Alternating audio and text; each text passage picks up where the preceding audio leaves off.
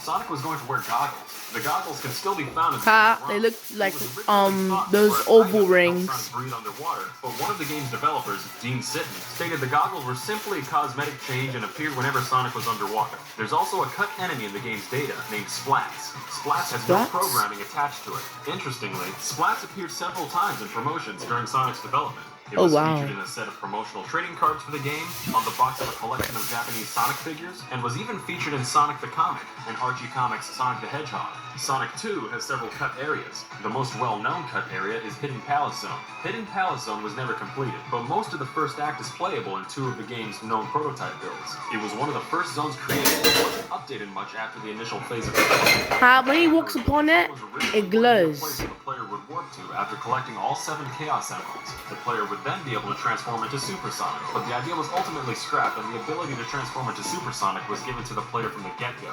The zone is accessible in the final version of Sonic 2 by using a Game Genie code, but almost all of the artwork is missing and the zone is essentially unplayable. The zone also had 3 enemies that were ultimately unused.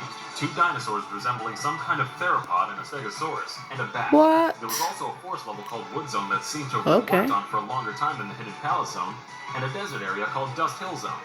Dust Hill Zone seemed to be based on American deserts and was cut due to time constraints. Another zone named by fans, Rock Zone, was going to be Dust Hill Zone, but at a previous point in time.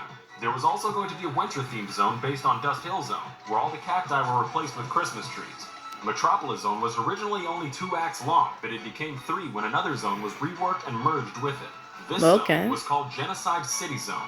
Level designer Tom Payne said the name was chosen by the Japanese developers, who didn't have a strong grasp on the English language. The zone was named Cyber City Zone to be less offensive before being reworked and merged with the Metropolis Zone.